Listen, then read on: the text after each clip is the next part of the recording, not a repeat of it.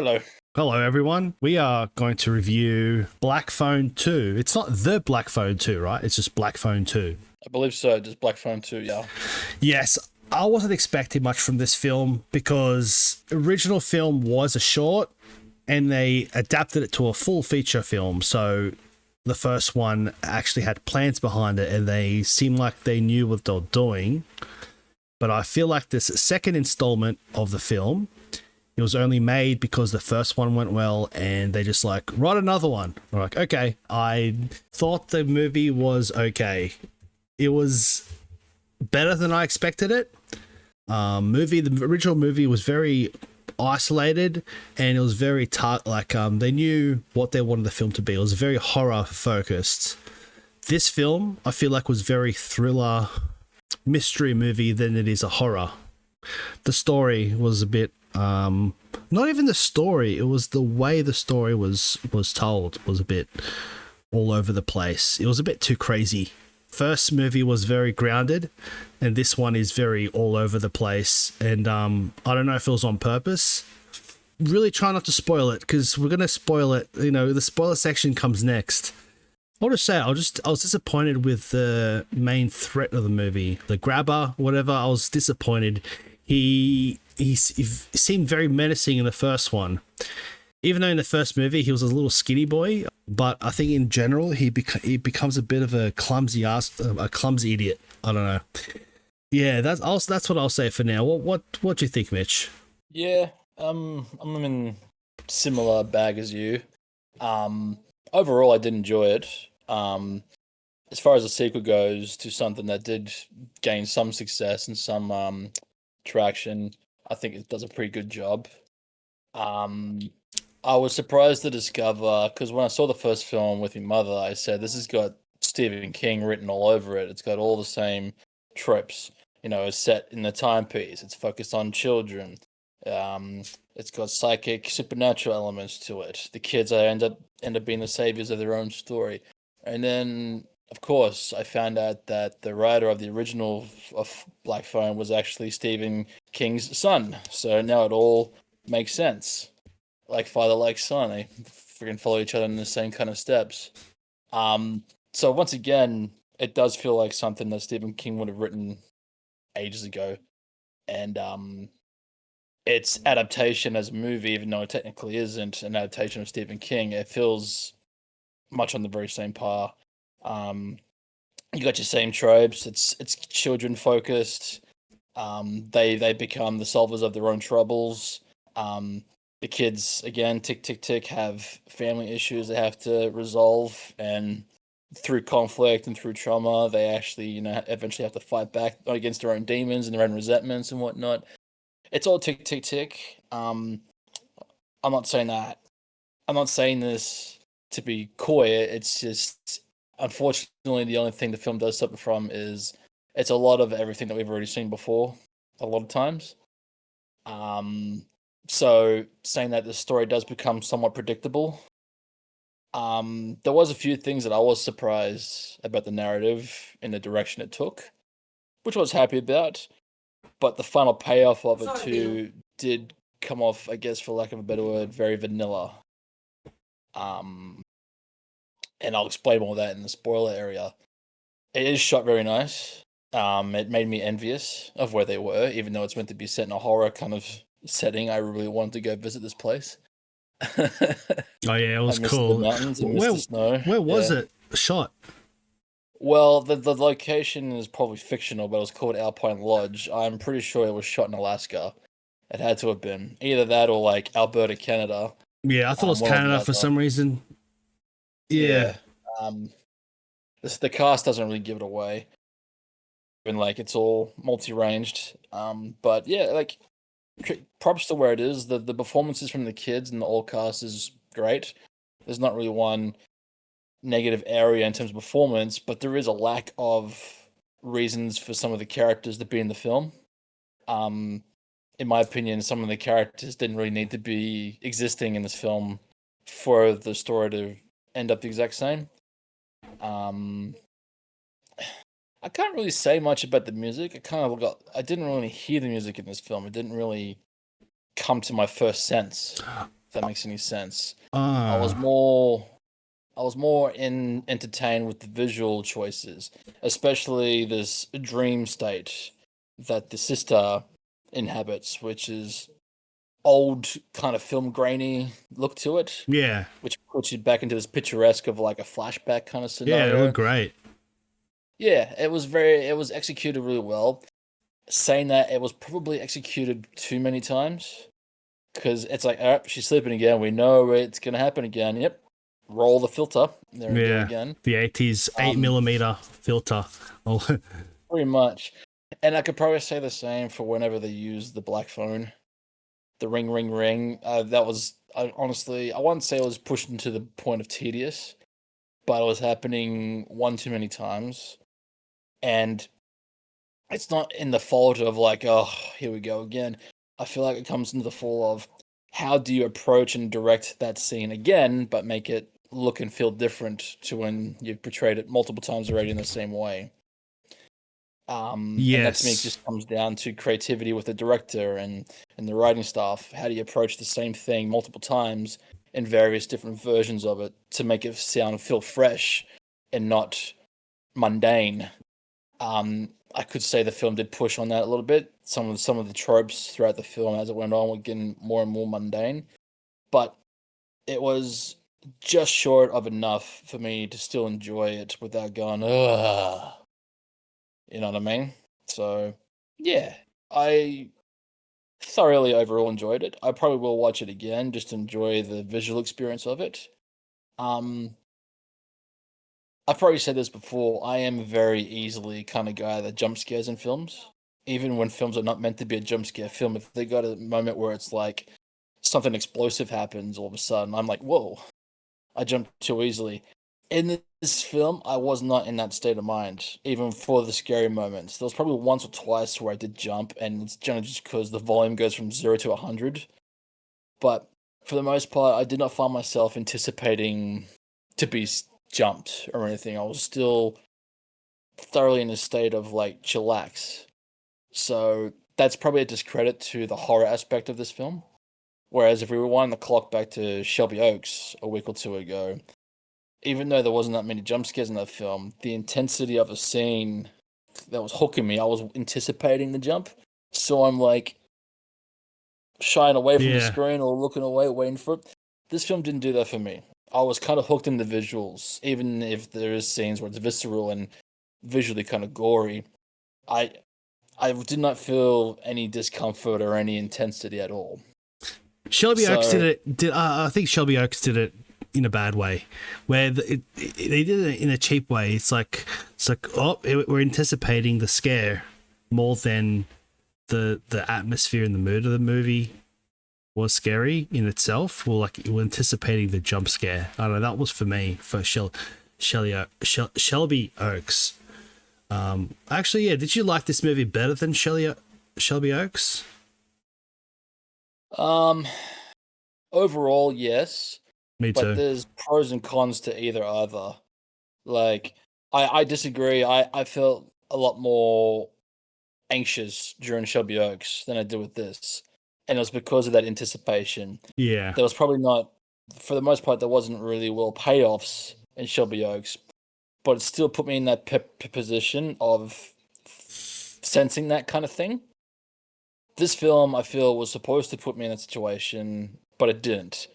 And that honestly came down to, even though there was films that are filmed really, really well, they don't come across to me as creepy because it was still a very pleasant frame of Yes. that makes any sense. Like it's hard And to that's make a probably the scary personal move. thing for me. It's hard to make a scary shot when it's in like a really nice snowy area with ice. Yes. You know. I mean, if you're an American or Canadian and you're sick of the snow, you'll probably find something scary about this. Yeah. But we're from Australia, Yeah. where snow is a rarity, It was hot. It was and hot in the yeah, movies. It was like, oh man, I wouldn't mind it being was. there. I wanted to jump through that screen and just start go like ice skating, yeah. I want to No, start climbing those mountains. I think Shelley Oaks in this movie have some similarities in terms of they were shot really well. Everything was good. It was just the narrative and where it goes. So with this film, yeah, like I said, the first half was pretty good, and then the last half slowed down, especially, that phone thing. They overplayed a few too many things. And also there was a narrative.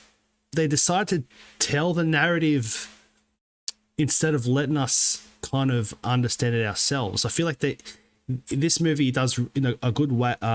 This movie does a good job in telling the story visually and through certain things they do, like flashbacks or stuff like that. But then they want to just like have these moments where they explain everything to each other, and it's like, why? And this movie did that, which makes me think that whoever wrote it kind of fluffed a little bit. Like, they had a really good idea and they kind of they screwed up the writing. I don't know, like they made some stupid choices here with an otherwise unique story and a well written story. I like how the son and the daughter kind of split the superpower that the mum had. The mum had the thing where she could hear the phone, but also see the see shit. Where it seems like the son and daughter, they split it where he can hear the phone and she can see the stuff. As the dream sequences. So I like that. I think that was pretty intelligent. Hereditary stuff. Yeah, I don't think there's much more to say unless we roll into the spoiler territory. So did we want to finish up the non-spoiler? Yeah. Do we usually give ratings after the we give it after the spoilers usually? We might as well give a rating of both, just in case, Well, we already did Shelby Oaks. That's already being uploaded. So for this film here, even though it has nothing to do with Shelby Oaks, I don't know why I keep mentioning it. For Black Phone 2, I will give it a 6 out of 10. Yeah, I'll give it the same. 6. 6. It was just above average, just above average, because it looked really good, and the acting was great. Everything was great, really. Just the story. Yeah, it's something that we've seen a lot before, and it's one of those films where I reckon if you gave the same script to 3 different directors, excluding the one that did this one, they might do it 3 different versions that are 3 different films that are better. Someone with like a bit more understanding and creativity with the horror aspects, and of course the narrative itself, they probably could have done a better job. Not discrediting the director, I'm just saying it's not my kind of style that he went through, which was this more PG friendly. Even though there is violent moments, it does feel like a very, I don't want to say vanilla because it's more of an insult, but it's very restricted in its use of violence and its use of horror. Like as if they wanted to try a broader audience into the movie screen seats. So by trying to get a broader audience, they've kind of killed their creativity, I suppose. Oh, it's definitely still MA. There was some like really gory, like they were showing killing children, blood going everywhere with this film. Yeah, true, but it's done in a ways where it's not direct. You know what I mean? It's done in like sloppy camera work, and very fast editing and whatnot, and like the blood itself is to the side of the actual thing. I get it; it's still a violent and an unpleasant film at times, but it's I have to compare the violence from this again to Bring Her Back, where there was less of violence in that film, but when it happens, it hits fucking hard, and it's like, oof. That's the difference between that kind of violence to this. This one still feels very studio friendly, if that makes any sense. Yes, and we're comparing Bring Her Back because Bring Her Back is probably the best horror film in the past at least 2 years, 3 years, 5 years even. Horror film and generally even film. It's one of the best films I've seen in a while. And that's saying something, given the amounts of shit that we've had to experience the last year or two. Yeah, and that's been modest. It's been a couple good near decade where I've been wowed with a film. So yeah. Well, Black Phone 2, I feel like it's gone very Hollywood blockbustery, almost like they want to create a new villain, and with what do you call it? People that want to like run away from him or kill him. I feel like he created more of a generic good guy, bad guy killing the bad guy type film, where the first film was more grounded and more like a horror film. This one was more of a thriller slasher, like cat and mouse type movie. But yeah, to appeal to more people.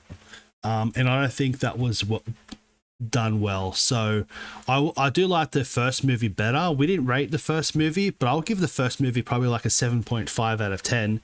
And this one's a 6, just because narratively it wasn't done as well as many other films and even the original film.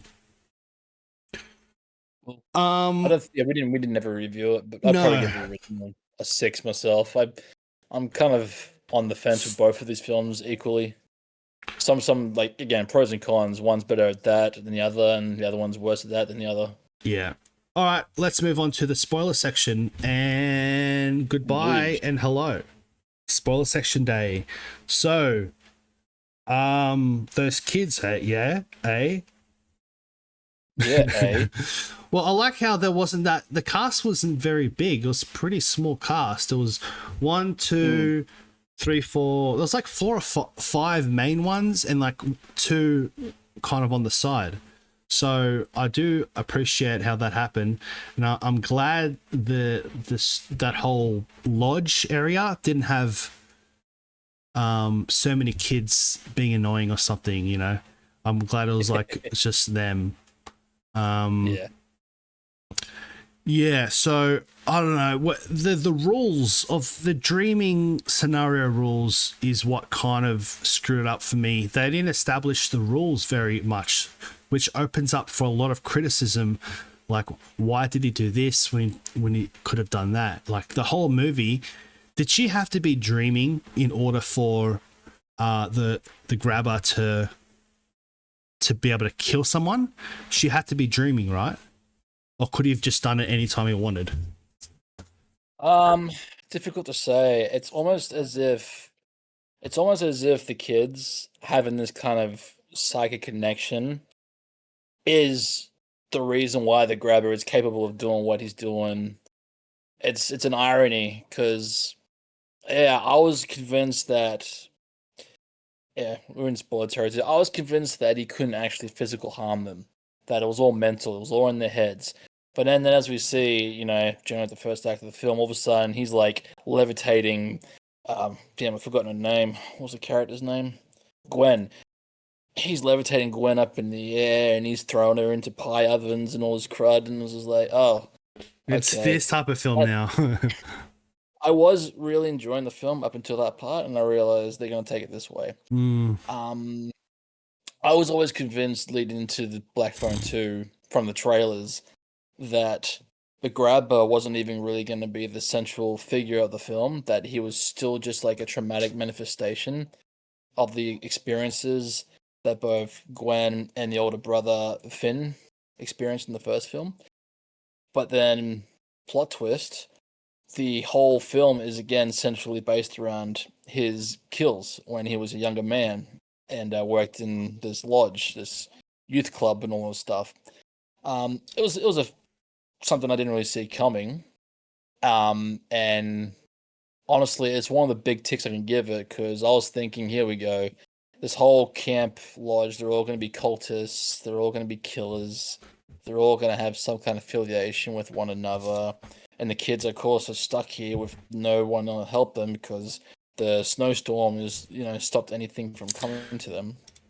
I was really surprised to find that the whole camp, even the religious kooks, they were actually all good people, just with their own little flaws and all that stuff. But in the end, they all wanted the exact same thing, which was to find the missing children. I liked that turn of the narrative. I did not like, however, how they implemented the grabber and his abilities, because it just felt too on the nose of Freddy Krueger. Oh yeah, as you mentioned in the original, in the non-spoiler area. And again, the rules do make me question. And also too, I've been thinking about it. Everything that these kids have experienced, psychic-wise, in this film and the previous one, have directly been about the grabber. And it makes me wonder, do they actually have psychic abilities outside of anything related to the grabber? Because even the mother's psychic connections were about the grabber's crimes. You know what I mean? There was never really one sequence where it's like something else trying to like communicate with them whilst this whole grabber scenario is happening. So if they do plan to do another one, they probably will. They're probably going to try and turn this into The Conjuring, where you got the brother and sister with their psychic abilities investigating crimes and unsolved cold cases. Cool. And broccoli I hair have yet getting to longer. see the broccoli hair. Well, It's getting bigger and it bigger should and be a bigger. mullet of the 80s, or they go into the 90s, and then it'll be the No, it's gonna be broccoli hair, man. flat top. Yeah. Ugh. Yeah, I'd like to see them do something that is irrelevant to the grabber, even though the whole movie sequence is based on the black phone, which is somewhat of second action. I don't know how that works. Those rules are not applied, and the reasoning behind it, because we are talking supernatural stuff. Where am I going with this? Going off the tangent. Yeah, it's the grabber's abilities. There's a sequence nearing the third act of the film where he infiltrates the dreams or the prosthetic imagines that the Gwen has, and she's realizes that she's part of the dream too. It's her dream, so she has the power over the grabber, and literally mind explodes him, powerless. Like does a Neo. Cool. She does a Neo. She does a Neo. She does an 11. She does everything in this dream. Cool. She has control of her dreams. But the following dream sequence, when it's like the final climax of this film, she seems to have forgotten that she has the control, that she can actually stop him at any time, and that he's somehow stronger than ever. Like, that is not explained at all. How she's forgotten about that, and how he's like still not worried about her and all that junk. It just And even when I he didn't feel like loses, that. he loses power, and she's like, "You've lost your power now." It's like, what power did he have? What getting it? Yeah. He didn't explain that or flesh that out properly at all. That was No, and like Yeah. you said, he does come off as a very, very feeble, antagonistic villain. I even felt that way about him in the first one, because he's supposed to come off as this really intimidating, menacing threat. But he's a guy that kidnaps children. You know what I mean? He's kind of a pussy in the Yeah. general aspect of it. It's terrifying because it's a scenario where the kid has to escape him with no one helping him. But when you broaden the aspect of him now in the supernatural film era, like he's a ghost spirit now. I just in the back of my mind, I'm thinking your only accomplishment was murdering children. yeah, You're a fuckwit. yeah. I know, just luring kids in the back of their van and killing Yeah. them like pussies, like Exactly. a Yeah. like a It's pussy. very cowardice. It's very, very a weak kind of killer. And to set him on this stage mantle like he's this notorious kind of criminal kind of is a contradiction to him. He looks menacing with the mask He's on. very but, like, he's got behind very menacing. He looks like whoever did his thought of his mask and all that. They did a good job. The long hair, the frizzly hair, everything was really good. Especially when half his mask comes off, either up the top or down the bottom. It looks good. Like he looks like almost a Mad Max villain with the top half of his mask taken off. Oh, then yeah, the bottom yeah. half, he looks like a freaking zombie. Morton Joe. Yeah, totally. So all that stuff Yeah. is menacing, but when you look in the hindsight of him as an actual serial killer, he's to quote you, he's a pussy. He's a pussy boy. It targets children. But there was that cool shot, by the way, where she goes into the dream, and then she's like, "Where is he? Where is he?" And she turns, and he's coming from the fog, and he's like almost like ice skating. He's like freaking hockey skating towards her. That was a cool shot. Yeah. But then you That was a think, great shot. but he's a pussy though. Yeah.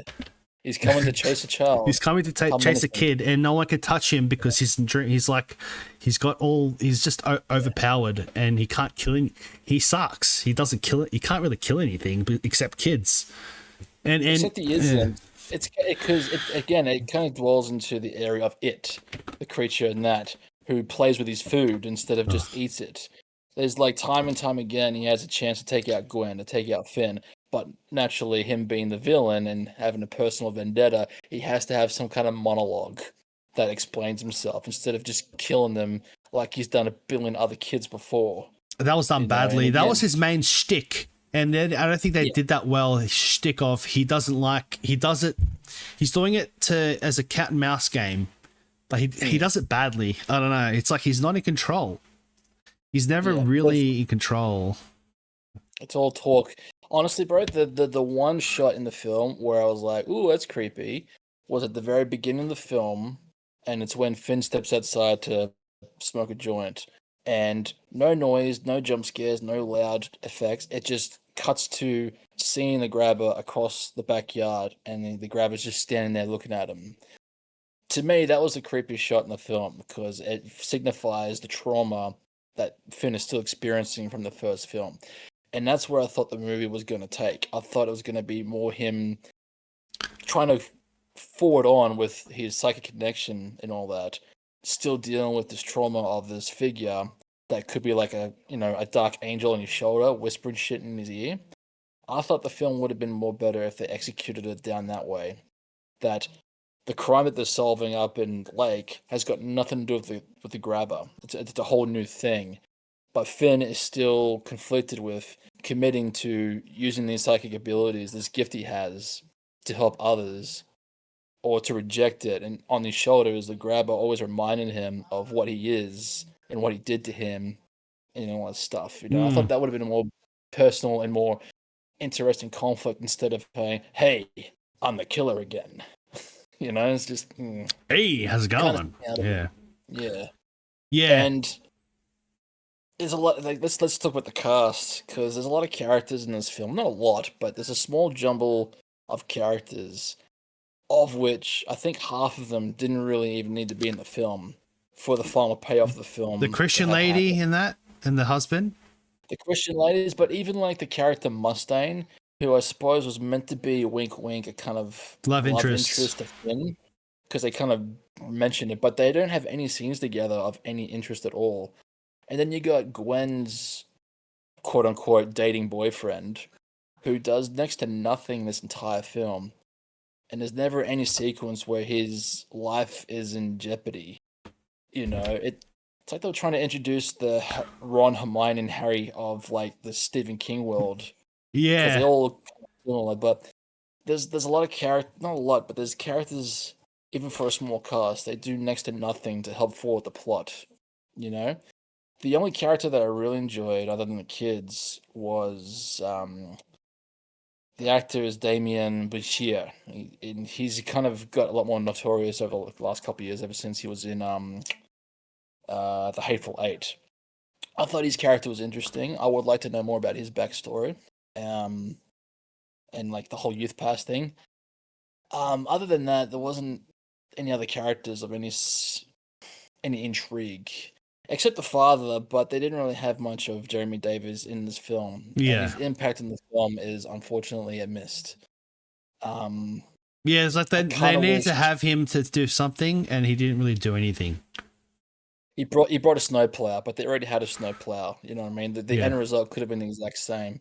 It was just him saying, "Look, kids, I'm trying to help, even though I'm like a shitty father in the past, and I'm trying to do good." Cool, but they already showed that in the first film, where he redeems himself with trying to help Gwen. Yeah. Even though he's an abusive alcoholic. One thing I did love about it, it was showcasing how Finn was slowly becoming more like his father, and how Gwen is starting to slowly become more like a mother. Like, just that is told visually. If they did more of that instead of having a character explain what we just witnessed, the film's narrative would have felt a lot more well-earned for us and rewarding. Instead of having Gwen do a dream sequence and then explain what she just experienced. It's like, we know this. Be more clever with how you do your edit. Be more clever with how you forward the plot. Don't just have a dream where someone throws a spoon and the character says, "I had a dream. I threw a spoon." It's like, we know that. Yeah, a bit more. Yeah. Shuffle around. Yeah. Just have her walking around in her like sleep state. We don't see the actual dream. We just see her sleepwalking, and then finally someone snaps her out of it, and then she explains what she witnessed. Instead of that would make more sense because she's telling us, but we have to visually imagine ourselves what she saw instead of it just being spoon fed to us twice. Yeah. You know what I mean? Just little niches like that would have kept the originality of the film's flow a bit more fresh instead of wash, rinse, repeat, wash, rinse, repeat, wash, rinse, repeat. Who's the cabin owner guy again? You said you liked him. From the Hateful Eight? Demian. I can't remember his full name. It's Spanish. Damian Bashuk or something. Bashir. I liked his character until the point to where he became a MacGuffin-nator. Like, they almost created a MacGuffin where it's like, we need the 3 kids. Once we get the 3 kids, his power is shut down, and then we can kill him. I think when they brought that out, I'm like, oh no. This, like, when the story went there, I thought it became really bad, really cheap. Like, I was interested in the story. I thought it was being told really well, but then all of a sudden it's like, oh no, we need to find the 3 kids, and then that'll kill the grabber. And so then his mission was to find the 3 kids. But how did they know? Like, even Finn was like, yeah, I think that's how we do, or she's like, Gwen is like, I think that's how we kill him, but they're not sure, but they're acting like that is that's what you're supposed to do. You're supposed to. I didn't like, then it's like, oh, the other 3 kids are like a MacGuffin, right? Yeah, I feel like, and then that guy's character became, he was got to now find the 3 kids, and that becomes his whole arc. I don't know. I didn't like what they did with him. And the thing is, these 3 kids have been a cold case for what? I don't know how long. 50 10, years? 20 years? 30 years or something. Ever since the grabber used to work there as well. So we're talking a while back. And the whole freaking time, not one of them thought to. Oh, they did say that they checked the lake. Check it again. Sure. It's a big friggin' lake. Like, if he was so determined to find these children, you think he would have been out there pretty much every weekend doing it himself. He said he was. He's like, suddenly motivated. He had that speech. Every single night I've been out there looking for her, and you're her kids. Oh my god! Like, he said he's been looking for her every freaking day. Yeah. Okay. You're telling me that he never found them in that lake, which is right by the lodge. Yeah, until they arrived. Oh, I don't know. Yeah, like, I don't think you needed someone with psychic abilities to be able to find those bodies in that lake when it's right next to your clear. Your base. Right? Yeah. Like, and it wouldn't have just been him. Like, I'm sure the police would have gone searching at one point as well. I'm sure the parents would have funded their own, like, private searching. You're telling me not a single one of them found one of those bodies in that lake right next to those lodges? Like, yeah. If it was beyond one of those mountains, I thought that was going to be the plot twist. I thought the plot twist was going to be, no, they're not in that lake. They're somewhere else more secluded. And then they have to venture into, like, some area of the woods where there's some random cabin that the grabber probably made because they said he was good with tools. And that's where he buried them. You know what I mean? Somewhere secluded, which no one would have found unless they knew where to look, which a psychic would. That would have been, all right, a less plot convenient kind of outcome instead of they're right there in that lake of which we all knew they were from the beginning of the film. Yeah. They're where we would have thought they would have been buried. Yeah. It's like, they're in that coffin. He murdered them. Really. He murdered them, carried them a little bit because they're kind of heavy, and then he just like dumped them in the water, like a few hundred meters in a barrel. Yeah. Yeah, that to me was just way too plot convenient. Like, they are the victims are right where we know they are. They drowned in that lake right there outside the window where I'm having breakfast every morning. Yeah. Come on, man. Go a little further, please. Yeah, and then so the 3 kids were saved, and then he lost his power, and they killed him. Like, yes, they took his soul back to hell because hell freezes over. Then it became like a yay, happy ending, basic ass story, basically. Yeah. I don't like how they ended that. They became very like, it was written very well, and then it became just a very generic action, family, moving story, drama story, or some shit in the end. Yeah, it's all about resolved trauma and all that stuff. Yeah, family getting back together. Yeah. Yeah, like It's just forgiveness. again, it's a lot of tropes that are sprinkled in. They don't really have any strong emotional impact because they're not really focused on well. It's just like we need this to happen here. All right, tick for this to happen here. Tick. Nothing of more any emotional input or impact. And then there's plot threads that go absolutely nowhere that don't need to be in the film. The whole Duran Duran concert that was established early on, that's just forgotten about. Yeah, I've got two tickets. Um, You got two tickets. Oh, cool. And then nothing happens out let's of go to the that. camp. Yeah, with the next scene, yeah, they must have cut out like 20 minutes of that bloody film. That must Yeah. be the Schneider cut somewhere. But I really don't care if there's a Schneider cut, you know. No. I'm all good. I mean, Schneider would go for like 6 hours, so no, I'm good. You could tell it was a movie written kind of in urgency because the first one made a lot of money. Apparently, the first one made like 160 million on a $16 million budget, so 10x its profit. So then they got green lighted another film, and you can kind of tell they didn't really. I don't know. I don't know if it's because they weren't really invested in it, or they didn't really know how to write a story, and they just kind of like, oh, let's just write something and film it. You know, they're good Probably the directors, case. but they're good They're good directors, but I don't know. Is it the director and the writer? Were they the same people? I forgot. But if they were, then they're good directors, but not good writers. I think the directors are the same. If it's a separate screenwriter, I am not cool. Let's check it out.